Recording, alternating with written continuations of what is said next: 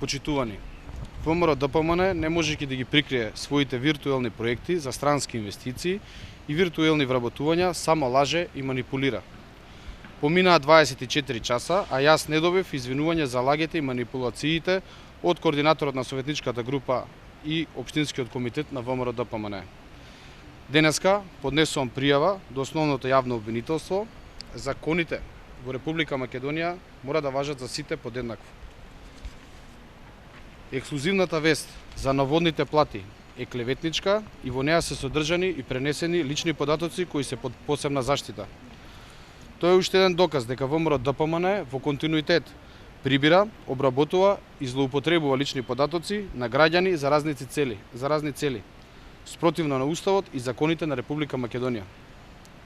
Ваквото постапување е кривично дело и затоа поднесуваме кривична пријава за сторено кривично дело злоупотреба на лични податоци. Исто така поднесовме пријава до Дирекција за заштита на личните податоци, а ќе биде поднесена и тужба за клевета пред надлежниот суд.